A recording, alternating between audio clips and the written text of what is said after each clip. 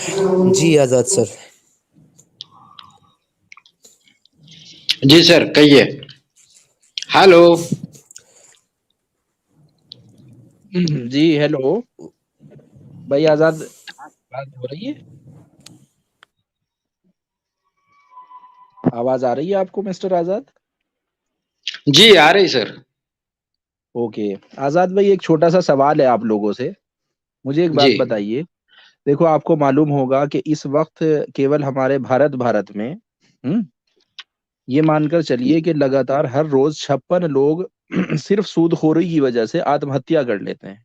ठीक है मेरे दोस्त, कितने? 56 लोग रोजाना जी सूदखोरों के उस खून चूसू एक व्यवस्था में आकर आत्महत्या कर लेते हैं। आप ये बताइए कि सिवाय इस्लाम के आपको सूदखोरी कहाँ मना है?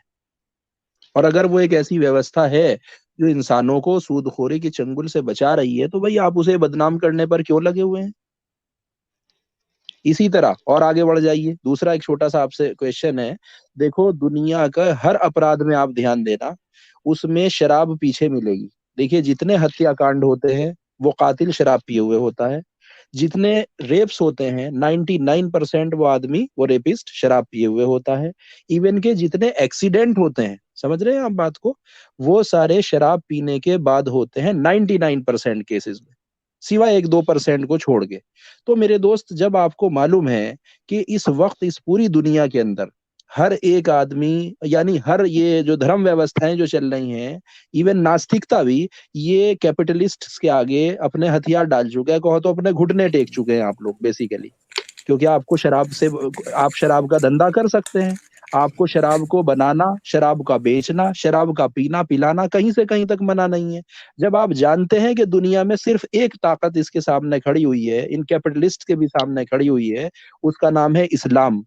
वो आपको शराब से रोकती है। तो भाई आप इसको क्यों बदनाम करने पे अननेसेसरी लगे हुए हैं? हाँ, आपको पर्सनली पीनी है तो ठीक है, आप पीजिए, क्या किया जाए। वो आपकी मजबूरी हो सकती है या वो आपका अपना शौक हो सकता है। लेकिन मेरे दोस्त देखो, बात को समझो। जब इस वक्त इस पूरी दुनिया के अंदर सूदखोरी हो, ये शराब हो, और आप आगे बढ़ जाइए। अभी ये आइए, ये जो आप आईपीएल के नाम का एक एक सट्टा देख मिनट रहे हैं, मेरे आपको भाई, पता है कितने तकरीर लोग इसकी तकरीर वजह से करने आए हो आत्महत्या कर क्या? चुके? एक एक पॉइंट पे बात हम्म। करो भाई। जब एक पॉइंट रख दो नहीं, ये उसका 3 पॉइंट जवाब दे लो, फिर इंसानियत के आगे बढ़ो। नाते है ना भाई। हाँ आप तो लोग बड़ा कंटिन्यू इंसानियत भाई, इंसानियत कंटिन्यू चिल्ला रखने रहे हैं। जाओगे तो कैसे समझेंगे हम? सुनिए ना यार, नहीं सुनिए। मेरे दोस्त, ये पता है एक ही कल भी पॉइंट आपके है, साथ देखो। डिस्कशन हुआ था।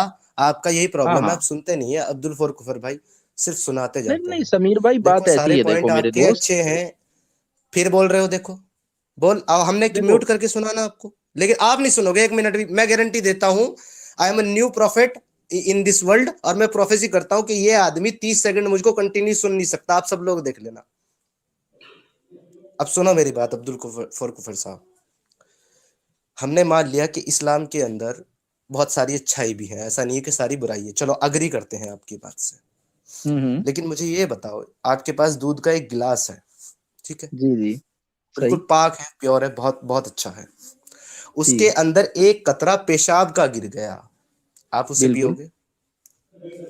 कोई भी जो आप उस मानसिक दूध को स्वस्थ पियोगे? व्यक्ति होगा नहीं पिएगा।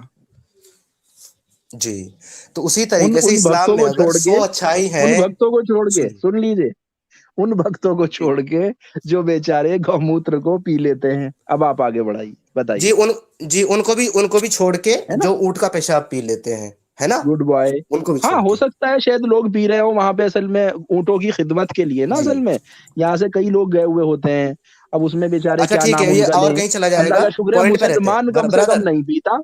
हमारे यहाँ मुसलमान के तो ब्रदर अगर पॉइंट एक पे आ हमारा जाते हैं ना। पजामे पे भी लग जाए ना, तो उसे बदल देते हैं दोस्त, पेशाब का कतरा भी अगर लग जाए। भैया सारे लोग बता दो, मैं नया प्रॉफिट हेलो। बन गया ना। मैं आजाद साहब, मैं नया प्रॉफिट बन गया ना, मेरी या, प्रोफेसी सही होगी ना?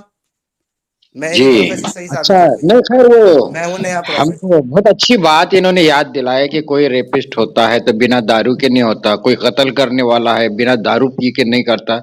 तो सिर्फ एक ही सवाल पूछना था, बम बांध जी के फटने वाला दारू पी के फटता है या बिना दारू पी के फटता है? भाई, देखो, अब ये तो वो जाने। इस्लाम तो इजाजत नहीं दे रहा ना उसे मेरे दोस्त। देखिए, वो तो इस्लाम तो कलमा उससे पढ़ लड़ा के है। ही फटता आप है। देखो, बात को समझने की कोशिश करो।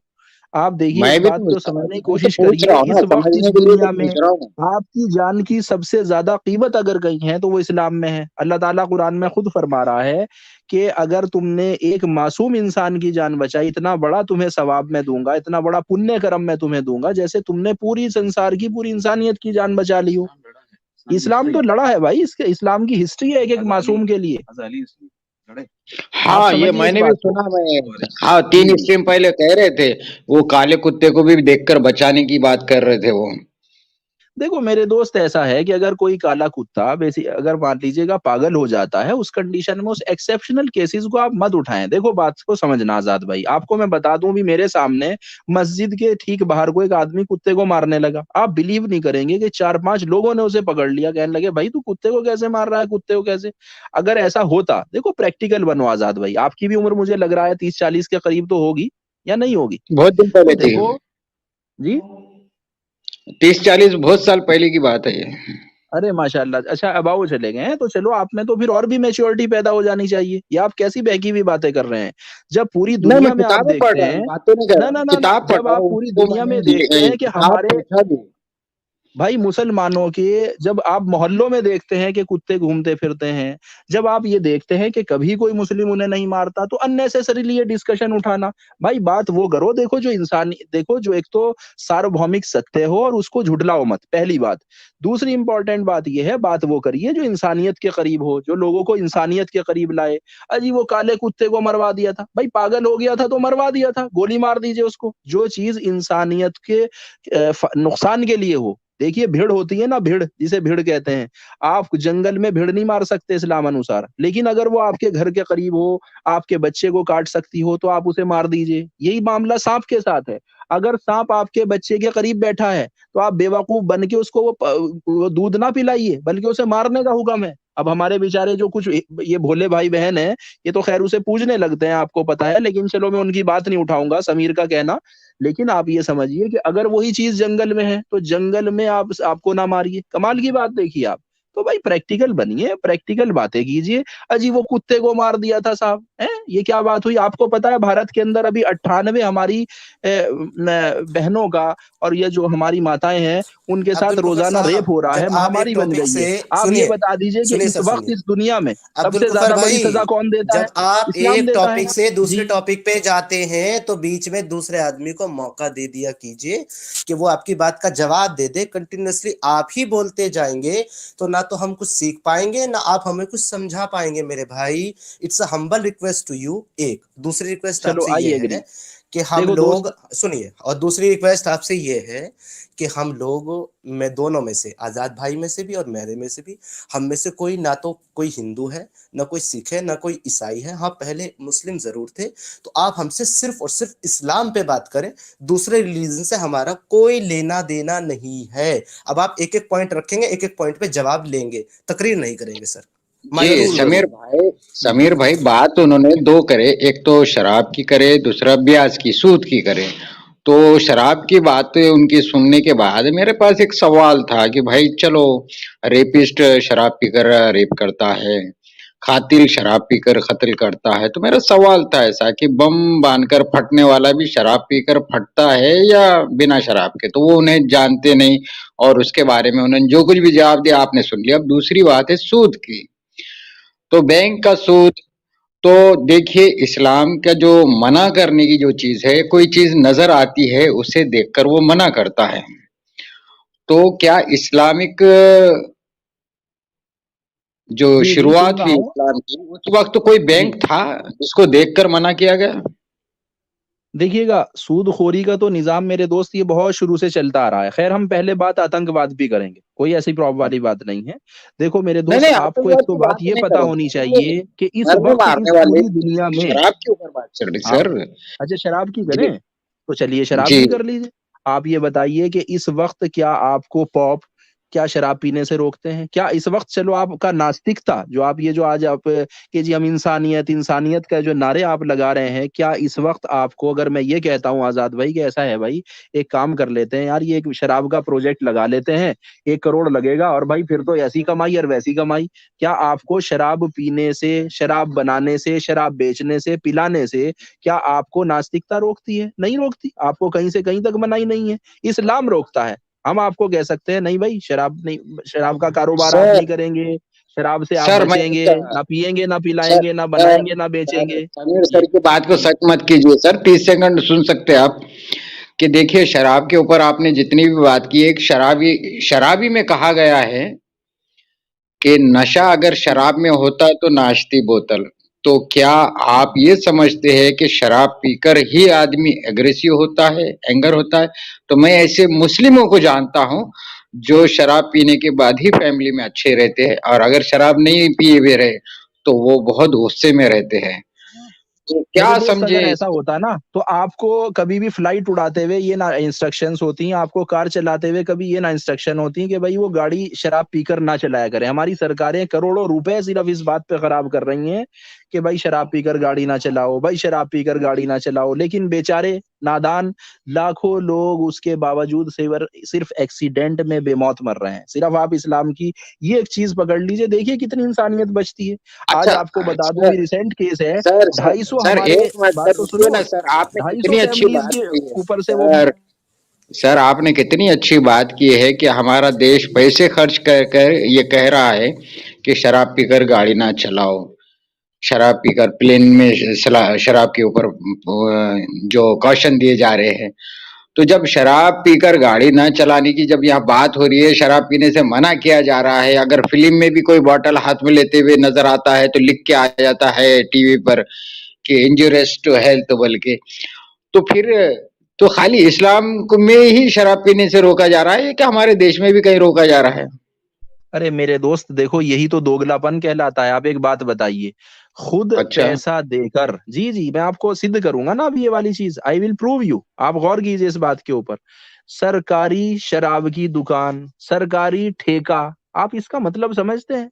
यानी कि हम खुद अपनी जड़ों के अंदर तेजाब खुद डाल रहे हैं और कहा जा रहा है कि नहीं नहीं भाई वो ना भी चलाया करो। भाई ये सिर्फ दोगलापन है।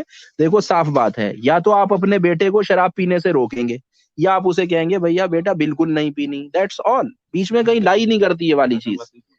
जी, ये तो कोई चीज ही नहीं है। और दूसरी बात मैं आपको बता दूं, देखो इस वक्त इस दुनिया में, हाँ पहली बात पूरी कर दूं, इस वक्त इस पूरी दुनिया में नास्तिकता उठा लीजिए, आप इसके अलावा दुनिया में इस्लाम के अलावा कोई भी मजहबी यानी जो व्यवस्था होती है, धर्म व्यवस्था उठा लीजिए, सिवाय इस्लाम के कोई शराब जैसी मनहूसियत, शराब जैसी इतनी बड़ी बुराई के आगे कोई नहीं खड़ा है। सिर्फ इस्लाम आपको रोकता है कि नहीं आप शराब नहीं बनाएंगे, आप शराब का कारोबार नहीं करेंगे, हत्ता कि उससे होने वाली कमाई हराम, हमारे लिए सख्त मना। भाई आप क्या बात करते हैं? इस्लाम तो अच्छा, तो नाम है, दूसरे अब्दुल चैलेंज है। फॉर तो गफर जी, सर आप ये आपको कह पता रहे है हैं, सर, जी, आप ये कह सर रहे हैं सर कि शराब जो है इस्लाम में हराम है, तो अल्लाह खुद सिर्फ क्यों कहता इस्लाम है में कि ही है। जन्नत जी, में तुमको, सुनो, तो अल्लाह खुद कुरान के अंदर ही बार बार ये क्यों कहता है कि तू जन्नतियों को जन्नत में शराब की नहरें मिलेंगी, हूर अपने हाथों से पिलाएंगी, और भाई बच्चे होंगे छोटे छोटे कम उम्र के जो शराब पिलाएंगे। जब इतनी ही बुरी चीज है तो अल्लाह क्यों पिला रहा है जन्नत में? जी, जी, वो आपको बता दें, देखो वही तो है ना, असल में अल्प ज्ञान जो होता है वो भी ज़हर के समान होता है, जो आप जिसके शिकार हैं। अरे मेरे दोस्त ऐसा है जी जी कि जी। उस शराब के बारे में, उसकी खुसूसियात, उसके वर्च्यूज़, उसके बारे में भी बता दिया गया है गुणधर्म के, कि भाई वो आपका वो अच्छा। बदबूदार शराब नहीं होगी, वो तो एक पेय पदार्थ होगा, जिसे कि एक नाम दे हम्म। दिया गया है कि तुम फ़िक्र मत करो, वो नशा नहीं होगा इस तरह का, जिससे अक्ल खराब हो जाए और हर तरह के आदमी ये कुकर्म या बुराइयाँ कर ले, ये सिन्स को कमिट कर ले। समझिए इस बात। अच्छा, तो ये जो दुनिया की शराब है, इससे पीने के बाद इंसान का अकल खराब हो जाता है, राइट? ये कह रहे हो आप? क्या आज तक आपने एक भी ऐसा केस देखा है कि किसी आदमी ने शराब पीने के बाद अपनी माँ को कहा हो, ओ मेरी बीवी चल मेरे बिस्तर में आ, या अपनी बहन को कहा हो? अगर अकल खराब हो जाती है तो माँ को माँ और बहन को बहन और बीवी को बीवी क्यों कहता है शराब पीने के बाद आदमी? Please answer sir.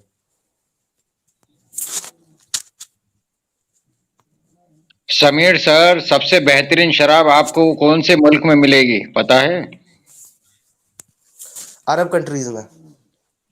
जी। और मक्का के मैं अंदर ला रहा हूँ जहाँ इनको, मैं इनको ला रहा हूँ, ये अभी शायद म्यूट हो गए हैं। ये कह रहे हैं कि जी शराब पीने के बाद अक्ल खराब हो जाती है। असल में जिसकी नीयत और अक्ल खराब हो ना, तो आजाद भाई उसकी तो होश में भी अक्ल और नीयत खराब हो जाती है। और जिसकी सही हो, उसकी शराब पीने के बाद भी उसको पता होता है कि माँ माँ होती है, बहन बहन होती है और बीवी बीवी होती है। किसी ने आज तक अपनी माँ को पकड़ के बेड पे नहीं पटका होगा और अपनी बहन को शराब पीने के बाद, ये कोई रिकॉर्ड नहीं है आज तक। क्या जी उसने अपनी बीवी समझ के अपनी माँ के साथ वो बैठा या फिर वो अपनी बहन के साथ बैठा। और ये कह रहे हैं अक्ल खराब हो जाती है। यही तो बात है ना, ये दुनिया की सारी चीजों पे बात करेंगे पर इस्लाम पे बात नहीं करेंगे। यही तो मसला है ना। ऊपर से एग्जाम्पल भी आजाद भाई ये सिर्फ दे रहे हैं गवर्नमेंट का, जबकि यहाँ पे ये डिफेंड किसे कर रहे हैं, रिलीजन को। अब ये रिलीजन वर्सेस गवर्नमेंट कर रहे हैं। अब ये कह रहे हैं कि हिंदुस्तान के अंदर शराब बनाई जा रही है, बेची जा रही है। तो मैं इनसे पूछना चाहता हूँ, क्या हिंदुस्तान की गवर्नमेंट को किसी भी रिलीजन ने ये कहा है कि तुम शराब बना करके बेचो, ये जरूरी है? अगर ये उस चीज को डिफेंड कर रहे हैं तो, और अदर रिलीजन को टारगेट कर रहे हैं तो, किसी रिलीजन ने तो नहीं कहा। वो तो अपना खुद का मैंने फैसला है गवर्नमेंट का। मेरे हाथ ऊपर है, मैंने ड्रॉप नहीं किया उनको। नहीं, वो खुद ही चले गए होंगे, शायद उनका कुछ कॉल आया हो या किसी ने बुलाया हो, वट जो भी हो। बट असल में मैं आपको बताऊं, कल मैं एक स्ट्रीम पे बैठा हुआ था, ये जनाब आए और इन्होंने बहुत प्यारा सा कमेंट मेरे लिए ये किया था, मुझे टैग करके, कि समीर ने इस्लाम इसलिए छोड़ा कि उसको किसी मर्द इंसान से शादी करनी थी और वो इस्लाम में जायज नहीं है, इसलिए उसने इस्लाम छोड़ दिया। मतलब जब इन लोगों के पास कोई जवाब नहीं होता तो ये पर्सनल अटैक करते हैं। ठीक है, मैं दूध की मिसाल दे रहा हूं, वो कह रहे हैं गाय का पेशाब। अरे भाई, तुम बार बार चिल्ला के कहते हो गाय का पेशाब, गाय का पेशाब। तुम ऊंट के पेशाब की बात क्यों नहीं बताते, जो हदीस में खुद नबी ने कही है और खुद पिया भी और सहाबियों ने भी पिया है? ऊंट का पेशाब वो किसी जानवर का पेशाब नहीं है क्या भाई? तुम ऊंट का दूध पीते हो, उसका पेशाब पी लिया, बात वही है। गाय का दूध पीते हो, उसका पेशाब पी लिया, बात वही है। बराबर है ना चीजें तो। जो ये तो वही अच्छा बात होगी समीर कि सर, अंधा अंधे को बोले कि तुम अंधे। जी जी। समीर सर, हमारे भारत के 2 स्टेट ऐसे हैं जहां पर बैन है शराब। तो हम्म। ये शराब बैन करने वाले 2 स्टेट को ये सपोर्ट करते हैं, क्योंकि एक अरकान को ये पूरा कर रहे हैं ना इस्लाम के। ये तो मुस्लिम कंट्री नहीं है। यहाँ की जो स्टेट है वो मुस्लिम स्टेट नहीं है, लेकिन वो अगर शराब को बैन करते हैं तो क्या ये इसलिए सपोर्ट कर सकते हैं कि इन्हों इस्लाम का एक अरकान पूरा कर रहा है ये स्टेट बोल के? सर, दुनिया की ना एक भी इस्लामिक कंट्री ऐसी नहीं है, एक भी, मतलब एक भी, जहां पे शराब बनाई और बेची नहीं जाती। एक भी मुस्लिम कंट्री, ये बंदा आके मुझे दिखा दे। खुद जो मरकज है इस्लाम का, सऊदी अरेबिया के ऐसे, वहां भी शराब बिकती भी है, बनती भी है, पी भी जाती है और पिलाई भी जाती है। इवन सबसे ओल्ड कल्चर जो मिला है शराब बनाने, पीने और बेचने का, वो इजिप्ट, मिस्र और अरब के अंदर मिला है, सबसे ओल्ड कल्चर। ये वो चीजें नहीं बताएंगे। ये तो बता देंगे कि शराब इस्लाम ने हराम कर दी, इस्लाम ने मना कर रहा है। ये नहीं बताएंगे कि बहुत से सहाबियों को जो है ना, खुद ये कहा गया है कि खुद कुरान के अंदर कहा गया है कि नमाज के नजदीक मत आओ शराब की हालत में। ये नहीं कहा गया शराब मत पियो। क्यों? क्योंकि उस जी वक्त हराम नहीं थी शराब। सिर्फ ये कहा गया कि नमाज के नजदीक। क्यों ये क्यों कहा गया? क्योंकि बहुत से सहाबी ऐसे होते थे जो शराब पीने के बाद नमाज पढ़ने आते थे, शराब की हालत में जी। नमाज पढ़ते थे। अभी तो क्या देखिए हराम समीर नहीं? भाई, आप सिगरेट पीते हैं 10-20 साल से, जी। आप शराब पीते हैं 10-20 साल से, और आपके पास गुलाम भी है 10-20 साल से, और आपको इन तीनों चीजों को छोड़ना है, तो सबसे पहले और सबसे आसान कौन सी चीज छोड़ेंगे आप?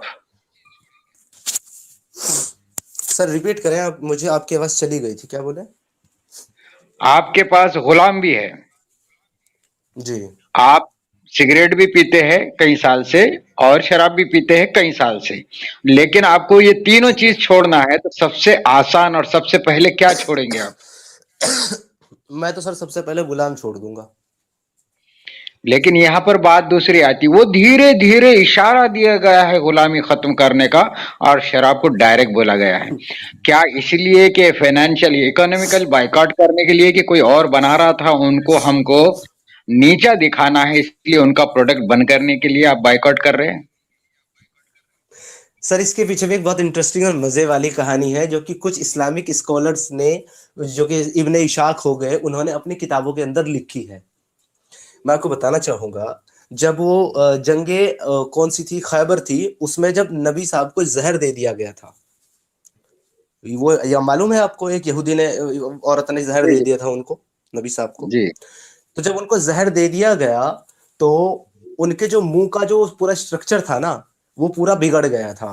इवन वो दवाइयां जो भी खाते थे ना, वो भी बहुत कड़वी थी, तो उनको बड़ी झुंझलाहट होने लगी थी कड़वी चीजों से। तो जब वो, हालांकि ये भी आता है कि रिवायतों के अंदर कि जब उन वो ठीक हो गए थोड़े, तो उन्होंने उन सारे लोगों को बुलाया जो दवाई देते थे, और वो दवाई जबरदस्ती उनको खिलाई और कहा कि इसको खाओ और देखो कैसा लगता है जो तुम जबरदस्ती मुझे खिला रहे थे। तो कहीं ना कहीं ये नबी मोहम्मद साहब की जो है झुंझलाहट वहां दिखती है। तो अब उनको साफ बोल दिया गया था कि भाई आपके मुंह का जो है ना सिस्टम पूरा खराब हो गया है, तो अब आप शराब नहीं पी सकते। तो मोहम्मद साहब ने सोचा कि भाई अब मैं शराब नहीं पी सकता तो ये साले क्यों पिए, उठा करके हराम कर दी। ऐसा भी हो सकता है, क्योंकि ये किताब में मैंने भी सुना, इस किताब के बारे में रेफरेंस इस किताब का दिया गया था, इब्न इसाक का। लेकिन ये भी हो सकता जी है कि शराब पीने के बाद राज फाश ना हो जाए, शराब पीने के बाद लड़ने के काबिल ना रहे, शराब पीने के बाद अपनी ही गलती या अपने जो देखा है वो किसी और को ना कह दे। क्योंकि शराब पीने के बाद तो आदमी जो उसके अंदर है वो बाहर आता है, शराब उसके अंदर कोई चीज नहीं डालती। आपके अंदर अगर अहंकार है, गुस्सा है, तो शराब पी लो, गुस्सा बढ़ जाएगा। आपके अंदर मोहब्बत है, शराब पी लो, वो और बढ़ जाएगी। नफरत है तो पी लो, और बढ़ जाएगी। ये है, शराब अपने अंदर से कोई चीज इंसान के अंदर नहीं डालती। अगर हम बिल्कुल ये ऐसा सारी ही है। चीजों को देखने के बाद अगर सोचे तो साफ समझ में आता है कि भाई सबसे आसान चीज है कि गुलाम को छोड़ना। एक ऑर्डर पे गुलाम छोड़ा जा सकता है, लेकिन एक आदत को हम्म, छोड़ने के लिए बहुत टाइम लगता है। और डायरेक्टली ऐसा तो नहीं कहीं लिखा है कि शराब हराम है। हम्म, शराब के करीब मत जाओ लिखा है, नशे के हालत में हो तो नमाज के करीब मत जाओ लिखा है, शराब बुराई की जड़ है, उम्मुल खबाइस है, ये लिखा है। लेकिन इसको पीना मना कहाँ है? एक बात आपको पता है कि सूरज निकलने से पहले वो हलाल है और सूरज निकलने के बाद हराम है। आप सर सिर्फ शराब ढूंढ रहे हैं। मैं आपको एक इतनी बड़ी बात बता देता हूँ, कुरान में तो बहुत कुछ नहीं है। सारी इस्लाम के मुताबिक सारे फसाद की और सारे इंसानों के गुनाह की जो मेन जड़ है, उसके पीछे जो रिस्पॉन्सिबल है वो कौन है सर, पता है आपको? जी। शैतान, इबलीस। जी, क्योंकि एक इबलीस सबसे हमारे गुनाह कॉलर ने करवाता है। कमेंट किया, जी, शराब से रोकने के लिए पोल खुल जाएगी इसलिए हराम है। बिल्कुल।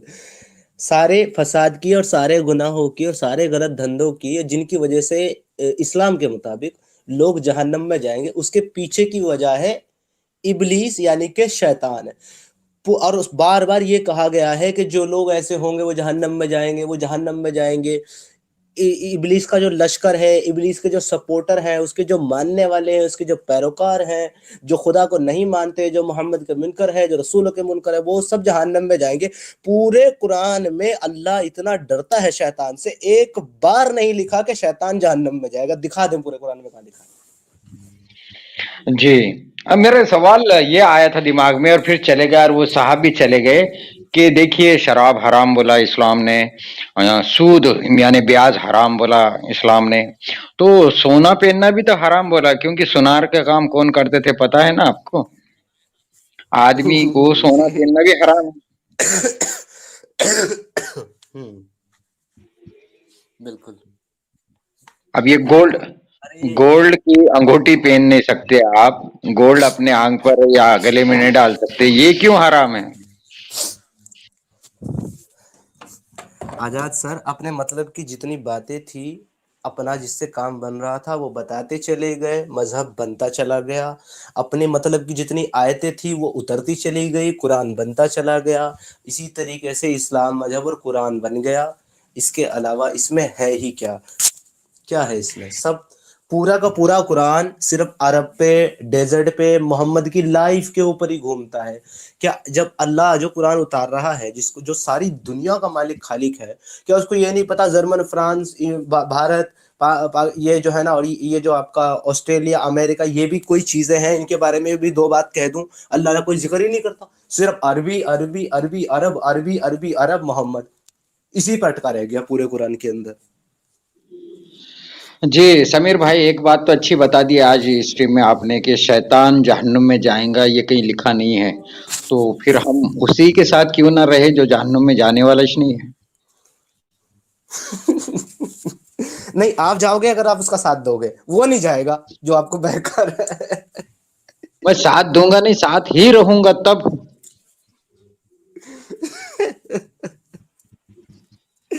इसको ढूंढो शैतान को, ये कहाँ मिलेगा? वहीं बैठते हैं जाके आजाद भाई, वहीं से लाइव स्ट्रीम करेंगे। जी, अभी तो हमारे एक मुस्लिम साहब आए थे, उन सवाल बोले आपके सवाल क्या है बताओ, तो मैंने 2 सवाल किया था, उसमें से एक ये भी है कि अल्लाह ने हर चीज का जोड़ा बनाया है, तो इसकी जोड़ी किधर है? इसका पार्टनर ढूंढना चाहिए, मेरे को मिलना है। शैतान का कहाँ है? हर एक की जोड़ी है ना। अरे तो सर, जब अल्लाह की जोड़ी नहीं है तो शैतान की कहाँ से होगी? आखिर शैतान इज इक्वल एंड और मोर पावर देन फ्रॉम अल्लाह, तो उसकी तो बिल्कुल नहीं हो सकती। जब कम पावर वाले अल्लाह की नहीं जोड़ीदार नहीं है, तो फिर शैतान की कैसे होगी? वो तो अल्लाह से भी ज्यादा पावरदार है, ज्यादा पावरफुल जी है। आपको पता है पूरे कुरान के अंदर शैतान हर बार, और सारे किस्सों के अंदर हर बार शैतान कितना पावरफुल निकलता है। अल्लाह इतना मजबूर है, वो दुनिया का मालिक जो ये कहता है कि उसके हुक्म से, कुन कहने से सारे काम हो जाते हैं, वो बैठ करके अपने तख्त पे, जो इतना बड़ा है जी, उस हमारी दुनिया जैसी करोड़ों अरबों दुनिया उसके तख्त के नीचे आ जाए, इतने बड़े तख्त पे बैठा हुआ अल्लाह वहां बैठ करके बद्दुआएं मार रहा है। अबू लहब के हाथ टूट जाए, उसके पैर टूट जाए, वो बर्बाद हो जाए। भाई तुम तो अल्लाह हो, तोड़ के हाथ पैर, और पैर तोड़ के बर्बाद करके बोलो देखो इसने हमारे नबी की शान में गुस्ताखी की, हमने इसके हाथ पैर तोड़ दिए। ये क्यों कह रहे टूट जाए? बद्दुआएं क्यों मार रहे हो? इतने कमजोर हो तुम, बद्दुआएं दे रहे हो बैठ करके?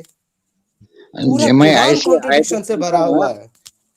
समीर भाई, जब ये आयतें सुनता हूँ ना मैं, तो मुझे ऐसा लगता है कि नल पर झगड़े होते हैं ना महिलाओं के, तो महिला दूसरी महिलाओं को कुछ कहते तो ऐसे ही समझ में आता मेरे को, तेरे हाथ टूट जाए, तेरे पैर टूट जाए।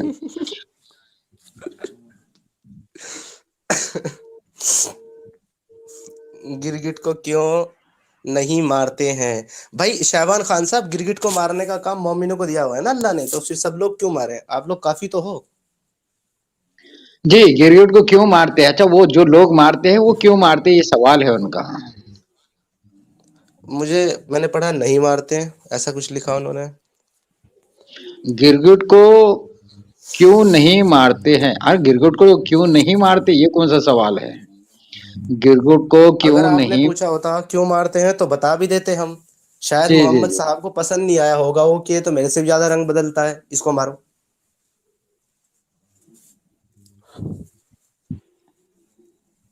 जी, गिरगिट को अच्छा, सोना इसलिए हराम था, लूट में मिला सारा सोना। अच्छा ये तो हुआ, ये हुआ। एक हदीस मैंने सुना था कि एक साहब आए, तो उनके हाथ में सोने की अंगूठी थी, तो वो निकाले उनके हाथ से और फेंके कि ये हराम है आदमी के लिए, पुरुष के लिए हराम है ये। तो दूसरे जब ये चले गए तो दूसरे साहबी ने कहा उनसे कि ठीक है, ये आपकी बीवी को दे दो या गिफ्ट कर दो किसी को। तो उसने कहा कि जिसको नबी ने फेंका है मैं उसको कैसे उठाऊं, तो फिर वो बैतुल माल में चले गई वो। तो ये बात अभी जो कॉलर ने कहे वो बिल्कुल सही है कि लूट में भी अगर कुछ आता है तो फिर कौन से आदमी अपने पास रखेगा, वो तो आदमी के लिए तो हराम ही है ना। अब जहां पर भी आप लूट मचाएंगे, वो तो मुस्लिम नहीं रहते, उनके लिए तो सोना हलाल है, वो तो उनके पास सोना रहेगा, फिर आएगा तो जाएगा नहीं। बिल्कुल ऐसा ही है, सही कह रहे हैं प्रसाद सर। आज डॉक्टर अरमानी साहब नहीं आए क्या? आके और गए यार, मैं भी अभी सफर में हूँ। अभी चालू होगा हमारा इंडिकेटर, 3-4 घंटे का टाइम बोले थे, वो हो चुके हैं। और शायद अगली स्ट्रीम हम हमारे ठिकाने पे करेंगे तो बड़ी लंबी रहेगी। अब जल्दी से हम कुछ कॉलर्स है, समीर भाई आप रुकिए ताकि कुछ कॉलर्स को ले लेते हैं। जी जी, मैं भी वही बोल रहा था कि अगर कोई मुस्लिम कॉलर्स हैं जो जुड़ना चाहते हैं तो ले लें आप उनको, या और भी हेलो, किसी को।